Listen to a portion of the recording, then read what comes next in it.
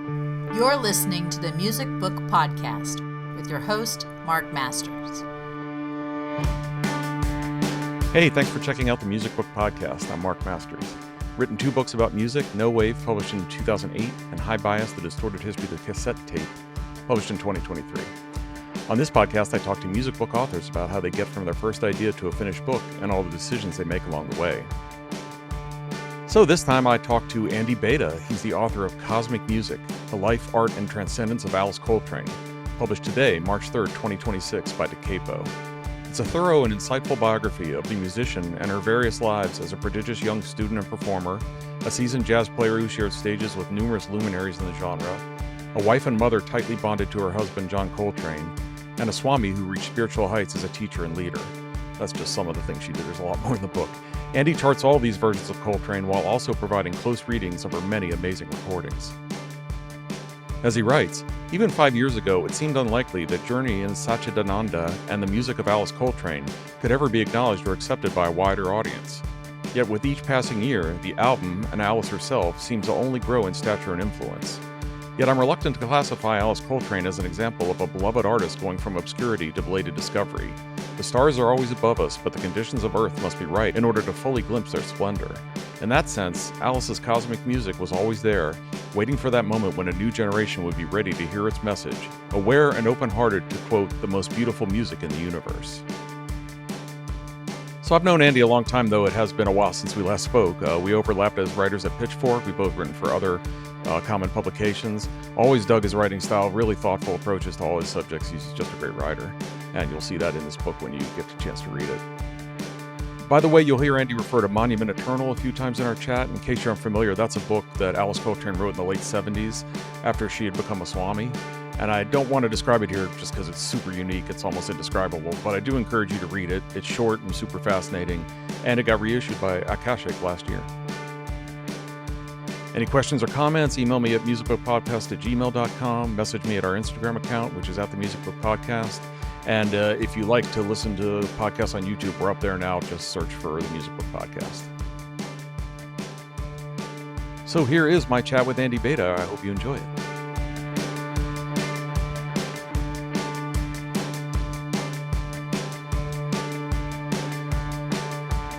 Now, it's funny with this one, like when I heard you were writing it and it was going to be coming out, I was like, well, this is the perfect. You've been writing about her so much, Pitchfork and Maggot Brain and other, I'm sure a lot of other places too. In fact, like Jessica Hopper, who edits at Texas Press. At one point, we were talking about different books, and she's like, I've been thinking about an Alice Coltrane book. Can you suggest anybody? I said, well, Andy would be perfect. She's like, oh, I've had like 100 people suggest him to me already. So,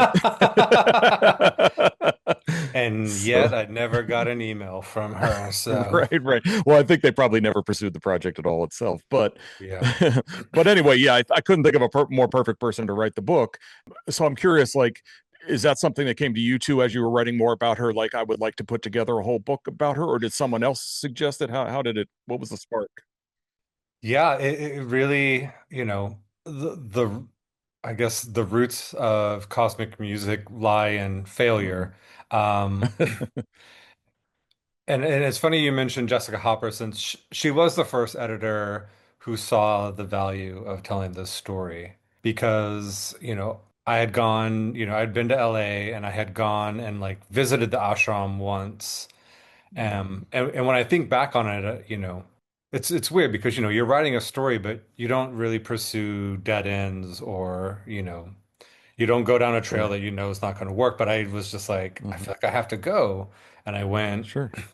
And, it was, welcome, but at the same time felt kind of out of place about it. But, I had that experience, and I kind of kept it in mind. And then I think when Hopper was still doing the Pitchfork review, and this must have been 2015, and it was like, what do you think about this? And this is, before the Ashram tapes had kind of come out, before her profile had really kind of gotten to the point where it is now. And so, Jessica definitely saw that and like, helped bring it to fruition, which I'm always sort of grateful for. And then, years went by, and, obviously you could see this sort of change in the culture and this appreciation of who Alice was, you know, her story and like what she represents, right? And at that time, I was sort of like, I want to write a book that's about like this nexus between, Western music and Eastern philosophy and Eastern spirituality, because like someone who grows up with like classic rock, I mean, the Beatles, went to visit the Maharishi and all Hmm. of that. And then, if you dig for records, you're like, here's Santana and John McLaughlin with this like little Indian guru guy, or here's Pete Townsend with Baba, Right. and Uh-huh. so I wanted to write a book that was like, what is this like weird like intersection? Because it's the Beatles, there's a Beach Boys songs about transcendental meditation. Hmm. We're Gen X 90s kids in a way, so we grew up with the Beastie Boys, moving from Right. License to Ill to, making a recording with like Tibetan monks and having a free Tibet concert. And so that was, the book proposal I made. I worked out the Mm. chapters because I had so much about John and Alice Coltrane. One of the sample chapters was about them and their spiritual Ah. journey. Hmm. And no one was interested in the book. Like, Wow, that's not a surprising. single publisher. Hmm. I got everything from, why are people who would be interested in spirituality, and like, I mean, just Huh. like That's every wild. sort of indignation of, Hmm. this idea. But one of the people who said no on the book was like, well, would you want to write a biography on Alice Coltrane? And I said no. I was like, no, I don't want to. And in part because the Coltrane family is, the gold standard in jazz. To Hmm. engage with them is, that's a far more difficult task, I think, than, For sure. if you're considering music or research or whatever. And I didn't think they were going to be into it anyways. I was like, I don't, no, I don't want to do this. Like, I don't think I'm, the person to tell this woman's story. So it was a no. And then, in kind of like the summer of 2023, I did a piece about Alice's music again and like her work with strings. And I got to talk to her daughter. That piece came out really well. And I think at that point, then I was like, maybe there is a way to do this. And Hmm. I spoke to Ben Ratliff, who also wrote a book about John Coltrane, and I was like, well, Ben, Right. like, surely you got Ravi's permission to do this, and he was like, Hmm. no, I didn't, and I didn't even ask because I wanted to have these parameters, Sure. and he's like, I wanted to work within this like, narrow vein for the book. Mm. And so that kind of got me thinking of, like, could I do this like without going into the Coltrane archives? Like, is this even possible? And because I had, visited the ashram in 2015, and I met Radha Bodofacina, who was Hmm. leading the service that day and was playing the bhajans and did the organ or whatever. And I've kind of maintained, a dialogue with her for many years. And I think even back in 2015, I was like, I just want to interview you because I have so many questions about Alice, about Swamini. Hmm. And so I had this long interview with her, and then I didn't even transcribe it. I just sat on this like 2 hour long discussion with her for, about, 9 or 10 years. Wow. And in the interim, the Luwaka Bop compilation came out, Hmm. and I ended up interviewing her son, Surya Bodafacina. And so I got a lot of stories from him, and I just sort of started to realize like I have enough, contacts with people in the ashram. Maybe there's a possibility for this. And so, I took this article I had done for the LA Philharmonic and I used that as a sample chapter. And in comparison to the book that I'd gotten nothing but no's on for, 10 months, I mean, this one was like within like 2 weeks, they were like, yeah, we want you to, Wow. here, this is yeah, we'll go, let's go with this. That's Um, cool. Yeah, it was cool. And then, I got a email from the Coltrane estate lawyer, and I was like, Oh, oh, gulp. right. Um, Right. but it's a public figure. I, Hmm. had a phone call with Ravi, and, still spoke to the daughter, Sita Michelle. They weren't like, go for it, here's a box of my Hmm. mom's possessions or anything. But, Right. you know, I would send them lists of people that I was trying to like speak with or whatever. And I wouldn't say they, helped or hindered it or in any sort of Hmm. way, but I just sort of started kind of going into it. So, Hmm. And so, but essentially, they didn't block it, basically, which is good, right? They didn't actively say we don't want you doing this, or right. They, yeah. ultimately did not block it, but, Hmm. I was very much on my own sort of doing it. Right, right. Yeah, and you mentioned in the intro that you were a little daunted actually by how little there is about her, especially in the mainstream press. It was like only really in association with John, or often to trash her records, would she pop up in any of these magazines and things. So, given that, where were you able to go to find? Because you did end up finding a lot of stuff about her, and I imagine a lot of that's from interviews. But where else did you like at first start going to find things out about her? Yeah, as I think back on it now, I'm sort of like, how did I find this Yeah, person? that's Because a there's pretty some common thing. people I found Yeah. where I was just like, I talked to one of like Laura Nero's friends, and I'm like, Uh-huh. how did I get in touch with this woman? Right, right. Actually, one of the unifying things in it is sort of, very early on, I reached out to Carlos Nino, Mm, who I think, at some point, like in like California radio, like knew Sita Michelle. And I think he also went out to the ashram in a thing that sounded very similar to my experience, where like you get there and you're like, oh man, like I'm in very deep and I am not prepared for this. Like this right, is, right. this is not Uh-huh. like a tourist stop. This is, the Hmm. dedicated true belief, this is, like I'm not Hmm. at this level yet. And one Hmm. of the things he said to me was he was like, I'm into helping you and like chatting with you about this, but like I think this book should be about the people that personally knew her, and Hmm. not, people who think that she's cool, not, people that Right, like dig her records, people who, right, are influenced by her. It's like it's got to be right. the people that knew her. Hmm. Not like And a I think, talking head documentary kind of thing, or yeah, yeah. and and I think early on in the book I was like, well, maybe there's a whole section that's just about like her influence. Hmm. And I think kind of early on I was like, I don't know. I don't want to, I Uh-huh. don't want to just talk to people that, think the records are cool, because that's a Right. very kind of surface sort of Sure. take. And I also feel Hmm. like it's all shifting so much and so fast that you could be, completely out of date, with Hmm. like people that, producers who Right. are influenced by her. You could have a book that's Hmm. like cringingly dated, Sure, by sure. acts that are forgotten now. And so I was like, yeah, I do need to find the people that literally knew her.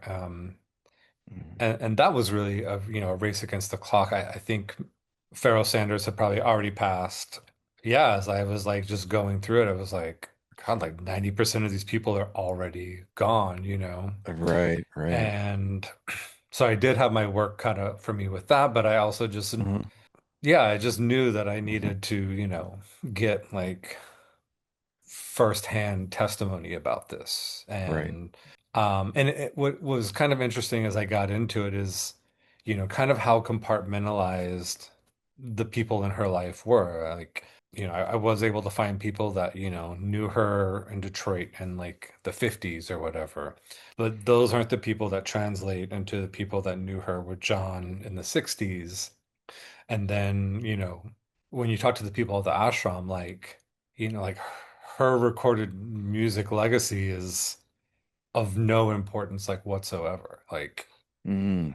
you know, Interesting. Yeah. it's not like I talked to Surya and he's like, Oh, Lord of Lords, that's like it's like Uh-huh. no, man, that's like that's Different person. and Yeah. yeah, yeah, and what Surya says, he's like, I don't know Alice Coltrane. I know Swamini Turiya Hmm. Sangeetananda, and that's Hmm. who I pay my respects to, and that's who Uh-huh. I'm always trying to like lift up, and and so it was just kind of fascinating to kind of go through it and to have so many different like angles on her from Hmm. very different people with almost no overlap. There's pretty much no one like as a through line in that regard. Yeah, that's interesting. I wonder if that must have something to do with how you decided to structure the book, because it's basically four sections, each about a chronological and each about a phase of her life, but each kind of organizes itself under one of her names essentially. So Alice McLeod, Alice Coltrane, Turia, then Swami, Hmm. basically. And I mean, that's a relatively logical thing to do, but I think it's more significant than just chronological, as you're saying. It really, they were like different sections of her life. She even seemed to change enough that, like, she almost put her background, she was seemed to almost always be concentrating on what was going on now and not looking back in the past too much too. But anyway, that's a roundabout way of saying, is that, was that part of how you decided on the structure to make those four sections that way? What's funny about it is at some point I came across an obituary I wrote when she passed in like 2007 for Mhm. like a Detroit alt weekly. And I have that lineage there, Wow. which to me at the time was like, I was like, did I know that she was a Swamini? I don't even remember if I mean, I maybe just looked it up and I Yeah. was like, oh, she's a Swamini. And so it was funny because that organizing principle was kind of there, like from jump, even if I hadn't realized it. And Hmm. I think when I did this piece with Jessica, it's also organized in that way. So I did have that sort of basic skeleton, and I guess it's this beautiful arc and trajectory, and this also like kind of really profound evolution of this person becoming, this God realized being at the end. Like, I mean, that's a very beautiful story, like, kind of however. Yeah, and so I just kind of, Hmm. Hmm. especially when I was like, well, I don't have to do a section that's like, what's her influence on, electronic music in Right. 2025, you know, Yeah. and like it was like, Uh, okay, well, that's the challenge, right? And hmm. yeah, and kind of speaking to your point, about like the dearth of material, Hmm. as I did research on it, or I would go to the library and the New York City, New York Performing Arts Library. It's like within an afternoon, I could do it all. There Hmm. was just so little in a way. And then also, for the most part, like she stopped recording and for the general public in like what 1978. So Right. there's not really that much after that date unless it's like a concert or something. So a lot of those, I went to the Schomburg, I went to Rutgers has like a jazz studies thing. Kind of within a day I could knock it out. And you Right. know, which Uh, again, that was pretty daunting. And then I mhm. think kind of the best breakthrough for me in terms of organizing the book, especially, the Alice McLeod section, was just, newspapers.com and going in through the archives. And Mhm. I have to, really kind of tip my hat to the African American newspapers of the early 20th century. Like Yeah. they really fully documented community in a way that if I was Yeah. going to write about someone who grew up in the 2000s, like I just would not have access to. I had so much insight into like, I mean, the whole section that's about like, how could I find out what she performed at this recital because someone put it in the newspaper, Right. That is really amazing. The news had space for like, here was a performance at, at this Baptist church, and this was what she, performed, and like, Uh-huh. I mean, it just gave me so much insight, you Yeah, know. that's incredible. You could even like trace where, like, oh, she went to New York for a little while because in the paper it said she's back now, or whatever, which is pretty incredible to have Or that she like, available. yeah, she vanishes and there's this like section where there's just nothing. And I guess maybe, that was a tighter community because the Yeah. Amsterdam News in New York doesn't really have her appear, and so Hmm. Hmm. you sort of knew from Yeah, that I sure. guess it's a a small fish in a big pond. Right, right. Yeah, the Alice McLeod section I thought was really fascinating because number one, you were able to piece together so much of it because of the newspapers and because of talking to some people, and also I think you really did a great, strong job of establishing how music devoted she was and how I mean it was her thing from very young age and how well she did at it, how respected she was as a like I think not only is that strong because I just didn't really know that much about her early times, but it also like really gives a lie to when we get to a point where she's relatively well known and people are trashing her music as if she's not talented. It's like, are you kidding me? These people Hmm. clearly didn't know anything about her background because if they had, they never would have said these kind of things that she's some sort of untalented lucky person is just kind of crazy, you know. Yeah, it was that was definitely one of the underlying causes in the book was to Uh-huh. rebuff very established jazz Uh-huh. writers, like Leonard Feather, Mhm. Bob Mhm. Blumenthal, Mhm. to really kind of take them to task because, Uh-huh. I mean, just looking at her records, I mean, Jack DeJohnette, Pharoah Right. Sanders, Charlie Right. Hayden, Yeah. like Yeah. you don't come across records where they're just playing with amateurs. Like, That's for sure. if you think Jack Yeah. DeJohnette's like, yeah, let me cut a record with someone who doesn't know how to play jazz, like that Right. is. Right. He's got hundreds Totally. and hundreds of records, and Uh-huh. they're all top tier players. And Mhm. so, I just knew from that, I was like, listen, Mhm. if she can just pick up the phone and, have these legends be at her house to record, Mhm. like, this is like a real deal musician. And I think, going back, again, if you're leading the church at like age 9 or age Mhm. 11, like, you Yeah. have to know your stuff. And yeah, and I think when I was, doing that research into those years and you could see all that stuff, like she's a fully trained classical like Right. player, and Mhm. then, the part of, Benny Maupin's like, yeah, I went to like an assembly at school and, she's, in one hand, she's, playing classical percussion, which I'd never seen a girl do before. And then he's like, and Right. then another time she's just literally leading a jazz trio in the Mhm. auditorium. And then that was kind of the kernel for these other things of, Mhm. she takes the typing test and she's this like extraordinary typist, secretary, Mhm. She could have had this like amazing career just typing.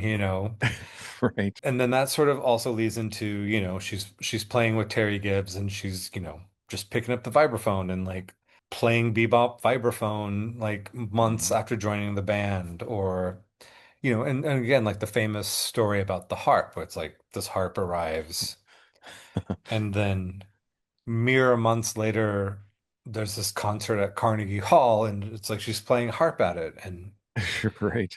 and it kind of becomes this like path to, and these like spiritual things where, what she undergoes in her spiritual transformation and being able to recite Sanskrit and like this kind of, it's like, Right. that starts Yeah. becoming these more extraordinary sort of things, and these aren't like feats of strength, this is just like Right. Incredibly this is smart person. Yeah. yeah, but also this like special being, there's a part in the book where she designs the bridge at the ashram, like Uh-huh. structure, that bridge was still there when I visit, and I'm like, Right. Like, hold up, like, how did she know this, or like, Right. Yeah, you it's mean, amazing. yeah, and it's, yet another, whatever you want to look for as a sign of like how extraordinary she was, you can kind of find it in almost For sure. anywhere you look, right? Yeah, yeah, totally. And that actually leads me to something I wanted to ask you about too, is that her spiritual journey and her kind of these things that she went through that go all the way back to the very beginning, man. Like early on, you talk about how as a youth she had, or at least self-reported, these kind of out-of-body experiences where she'd suddenly be somewhere miles away, and then she had stretches in her adulthood like where like she had to be away from her family for days on end and went through all kinds of interesting experiences, and stuff that seems kind of on the edge of supernatural and on the, and I think you did a really cool job of like being credible enough about that stuff without being like, of course it happened, Hmm. more being like, well, it happened to her in terms of her own experience. This is how she experienced it. So I'm not saying for sure that, miracles happened in her life or whatever, but I'm also not, you don't go about it like, well, of course this, she's just making this up, or it's a fan of, and Hmm. that to me is a tough balance to strike, because if just some random person told you they had these experiences, you'd probably immediately be skeptical. But because they came out in ways in her music and in so many things she did, it's more believable, quote unquote. But it's almost not even about whether you believe it. It's about sort of that she did report having these experiences. Is that kind of the way you looked at it? I definitely, when I wrote that story for, Hopper and the Pitchfork Review, and that day at the ashram, I picked up a copy of, Monument Eternal, Radha Bodhofacina, like, Mm-hmm. after performing the Mandir, was then at the bookshop, and I bought a copy of the book then. And I mean, the book is extremely far out there. And Yeah. I mean, at that time, I definitely was like, wow, I don't know about the, like, I don't believe Right. all this. Like, this is, there's really some outside elements to that. And I think, again, you're approaching this as a Westerner, like a rational sort of being. Hmm. And so, yeah, maybe you don't kind of believe it.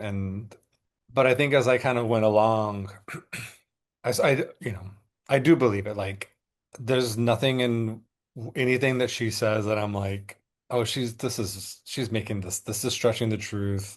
This Hmm. is, not real. I mean, Hmm. I'm at a point where knowing who she was, as a guru, Hmm. as a spiritual leader, I believe her, like the things that she says. I mean, I have books like Endless Wisdom and Divine Revelations, and there's extraordinary stuff said in there, but I don't think she's, making it up, and I don't think she's delusional about it. Like, I am, I believe her in what she says. If she says that's this, then I'm gonna go with that. Like, Uh-huh. and as I gathered more testimonials from people, like there's a story about Ed Michelle, doing this recording with her, and they're trying to make this splice, and he's like, Right. it just sounds weird, it's not working, and she's like, okay, I'm gonna go home and I'm gonna meditate on it. And then she comes back and she's like, here, just cut it like this, you know, Uh-huh. and how many hundreds of records did Ed Michelle make, And he's like, Right. she was right, like Uh-huh. it's time for me to shut up because she knows what she's doing, Uh-huh. Uh-huh. Um, the hardest part of the book, in the terms of the writing, it was like, Hmm. how am I going to present what happens in Monument Eternal? Because, I'm of two minds about it. Like, if you're a concerned neighbor, like, this is a woman very clearly having a nervous breakdown. Like, Hmm. she's Hmm. grieving the depths of like who she's lost in her life. Like, this, that would be a incredibly like, that would be the response, right? Like, Hmm. if I lost who she lost, like, yes, that would be like the level of, grieving that is Hmm. totally warranted. And but then at the same time, you're presented with this other aspect that she says, which is like, yes, outwardly this is what was happening, but inwardly this is what was happening. Hmm. And so yeah, that was one of the harder parts to write, is like, how do I present this, first as if you were a concerned neighbor or, someone in the community, like, this is what you would see and this is how you would understand it. And then to be Hmm. like, well, this is sort of how she saw it. And Right. I did have a hard time sort of like, well, when are the dates that this is going on? Because, she's kind of like still recording music at this time. Yeah. She's Yeah. building a studio. She's teaching herself how to engineer her, she's Right. raising four small children. Like, Uh-huh. by Like, herself. who would have time for a nervous breakdown with four small kids? Like, Right. Right. um, yeah, and so it was, and I hope it like works because, I Oh, I do really think it kind of is. Yeah. because it's Mhm. like you kind of have to present. I feel like you have to present it both ways. You can't just present it, to present it the Monument Eternal way. It's gonna like it doesn't really scan, right? And then, Hmm. you have to sort of be like, yeah, if you were, outside looking in, this Hmm. is how you would probably understand it. And Right. I'm sure I can go back to Monument Eternal now and reread it and, kind of have a different understanding of it even Sure. now. Like, Yeah. Yeah, that makes sense. No, I think you did balanced it really well, and I think, especially because you come to her from a place of empathy in a lot of ways, and that's important. I think with her story, this for somebody who has not gotten their due, even as much as she has in the past, 5 to 10 years, she still has a lot to go battle against from the times when she wasn't getting her due. And so I think, approaching her experiences from a point of like empathy for her experiencing it rather than skepticism of it, I think makes sense, even though you can still have a little bit of both, obviously, in hmm. everything, the way you approach it.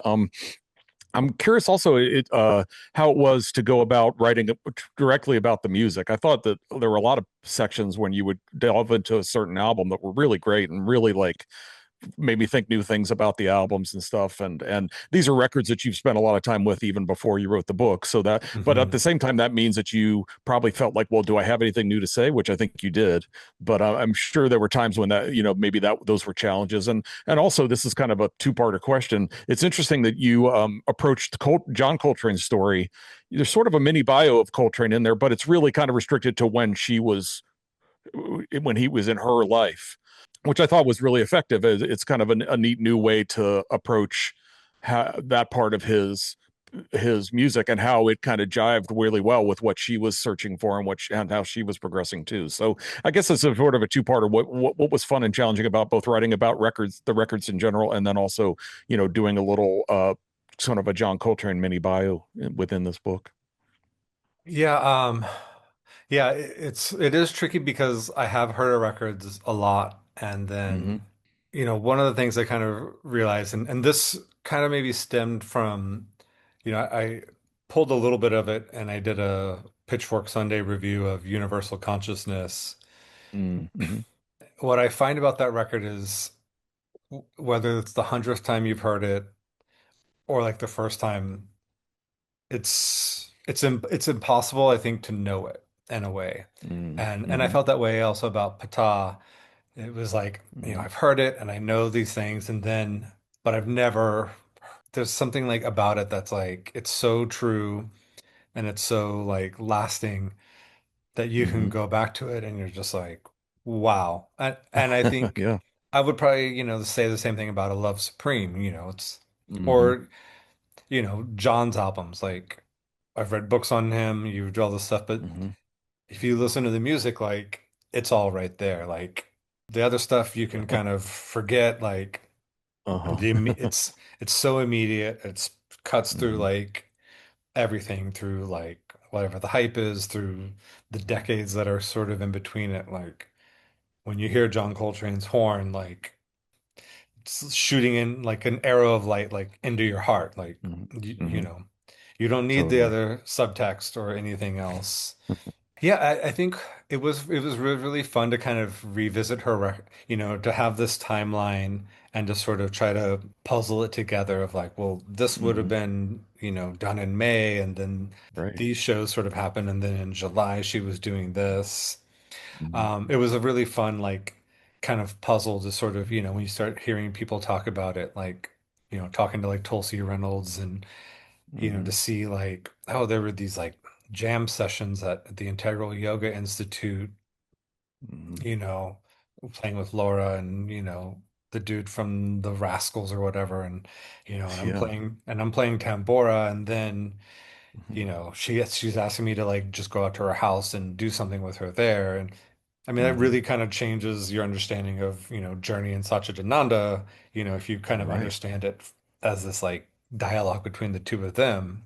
It's not like she has this band and she's doing this and she brings in Tulsi. It's kind of like, oh, it's starting from Tulsi and she's hearing this thing and now can envision like who else she wants to kind of, fill these roles. So that made it like just really fun to sort of revisit it in those ways. And one of the most helpful things is, her liner notes in those albums, like she Oh really yeah. lays it all out. So you can be like, okay, she's, reading autobiography of a yogi, like you can just kind of see like what she's studying as she goes to like, make this music and like you can kind of have a little bit of understanding about like where her mind is at as she's, researching these things. Hmm. Hmm. And then yeah, it was really great to reapproach John Coltrane through her. There's a story Benny Maupin tells about, being at her house and Michelle's like crawling on the living room and Africa Brass has just come out and like the memory of them like listening to it and how Alice is immediately like transcribing like as they're listening to she's like transcribing it and almost as like this codex like there's so many people who are like Africa Brass is the one like that's the one that like I just watched this Amoeba Records What's in My Bag with Bob Weir and he's like John Coltrane, Africa Brass, like Oh, nice. we would listen to it like all the time. And to think like, okay, so you have Alice in Detroit who's listening to it and Benny Maupin and they're listening to it and they're pulling this stuff out. And then you've Hmm. got, up out in, San Francisco, it's Bob Weir and it's Jerry Garcia and they're like Hmm. Africa, that this idea that there's so much inside that piece that Hmm. these two totally different strains of American music are kind of flowing Yeah, through it. totally. Like that was like so fascinating. And she Hmm. performed Africa like her whole like she always performed Right. that piece. So this Hmm. idea that from the time that he cut it through the end of her life, she was always like going back to it and always pulling the Hmm. stuff out of it. Like that was just fascinating to me. And like again, like one of the things I said earlier, it's like I really wanted to, rebuff this like established jazz story about it. And Hmm. so it was really fascinating to revisit John's work like through the lens of her. And because you can really like you can literally hear it. Like those records he was cutting before he met her, which, I love those records, but those are very Sure. standard jazz records. And Hmm. then, Coltrane live at Birdland. I mean, Hmm. he's taking off and like he is Yep. like going for it and he is Hmm. never looking back from that time. Like when he's Hmm. playing Africa Blue and he comes in, Hmm. at the end and it just is like Yeah, soaring. it's Yeah. like, Hmm. yeah, I was like I'm like, this is a guy who is really in love. Like, like Right. this is like a Totally. very, very like happy man, Hmm. Hmm. For and just sure. everything that comes after that, like, seeing Alabama through that and, Hmm. under Crescent. And I don't know if I'm very explicit in the book, but, like it's kind of a one of those, kind of conundrums or kind of kind of like a Taoist sort of riddle. It was like, okay, so John makes a love supreme, for God. His Uh-huh. wife is, within a 10-year period will become a Swamini and a God realized being. So who is this record for? If it's for Right. God and she is Mhm. this like embodiment of God, Uh-huh. like, hold on, like, wait a second now, like, Yeah, because I totally. just, if you got married to your wife and within a year you created this amazing work of love and you're like, oh, that's for God. Mhm. That's not about my wife, like that's no, no, no, no. Right. I'm not talking about her. I'm talking about, divine Yeah, yeah. love. Uh-huh. And so, yeah, so it was really like Mm. I have a very different like and I hope it, kind of comes from the book of like maybe a love supreme is about her, like Uh-huh. Definitely. Definitely. No, that did come across. yeah. That's really cool. I'm curious, and this is something we touched on a little bit before already, but I'm wondering how much you thought about like your overall style of writing or your tone to approach this book? I mean, I'm sure the fact that you'd written about her so much more, you probably, in a way, maybe even subconsciously thought had to kind of established a specific way of writing about her. But I really like that the book. It's mostly a nonfiction book that deals with facts and deals with things that happen and chronology too. But there's a little bit of a tone of almost like storytelling, novelistic kind of things here and there. There's a whole beginning where you talk about some fires and some things that are a little bit separate, but you relate them to and you also, because it's her, you also constantly have to sort of touch on the spirituality and the sort of symbolism and the different kind of. So it's more than just like, it's not a book you could really, I mean, maybe somebody could, but I'm glad you didn't really write as like a newspaper report or something. It had to have a little bit more of a bit of a kind of, I don't know if it's so much dreamy or philosophical tone to it. Was that something you thought about at all, or was it kind of a natural thing for you to write about her in this way? You know, one of the challenges, of course, is you're writing about someone that you've never met and that you Right. you don't know on this Hmm. plane. So that's like strike one against me. And then on the other hand, Hmm. I'm writing about a woman of color, Hmm. which is already going to be like another strike against me. And Hmm. then, I'm writing about a God realized being, which would, definitely be strike three against me. Like Right. I'm, Uh, I'm not on, you know, sure. maybe one step towards that path, but I mean, Right.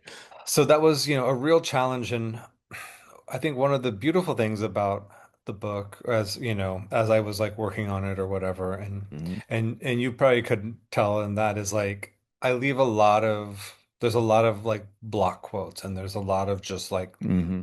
letting the people that knew her talk Right. and Hmm. letting them say what they're saying, Hmm. and not, not just, summarizing it, not just pulling out like a couple of words, but just being like, Right. they're they're really, this is a really beautiful like remembrance of someone and like a statement about them. Hmm. And I try to let the book really, let these voices sort of tell this story.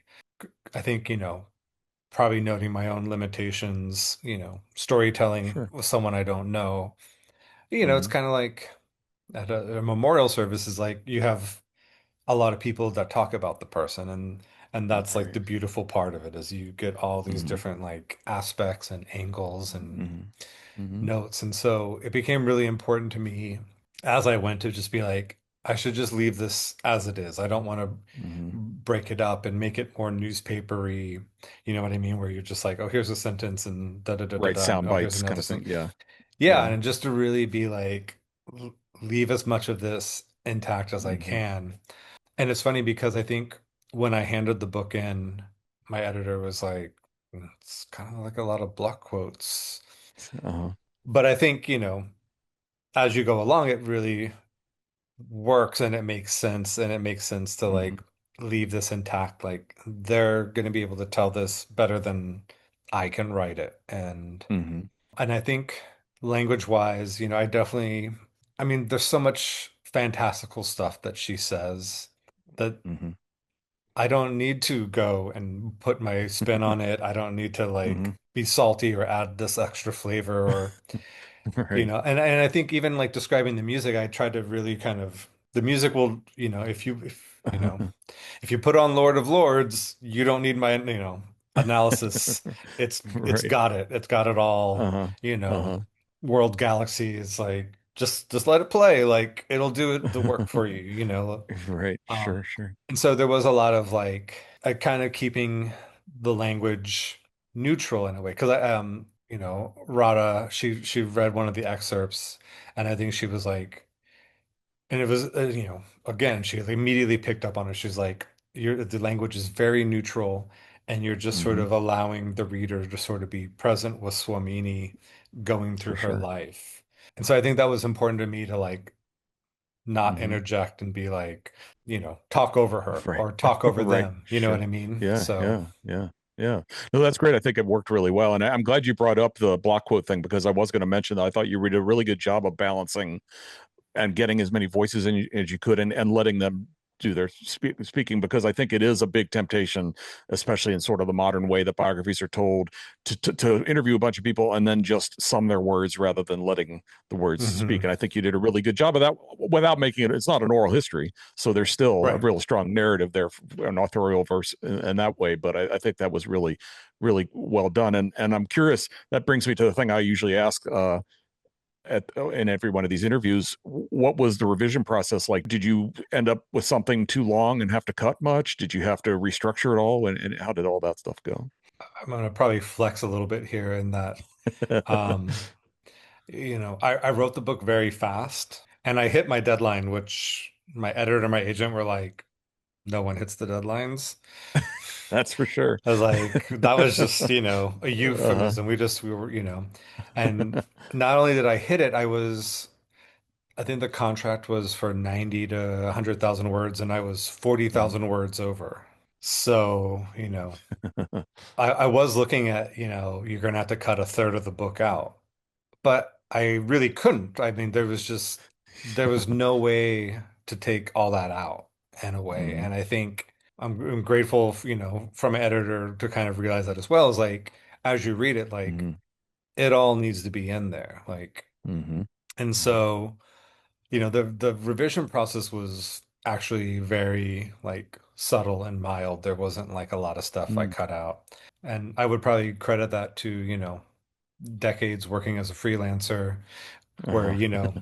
you kind of make it known to your editors that you are easy to work with and that you're going to turn in Right. clean copy, right? Right. Yeah, you You're kind of going to want to hire me self-editing. again.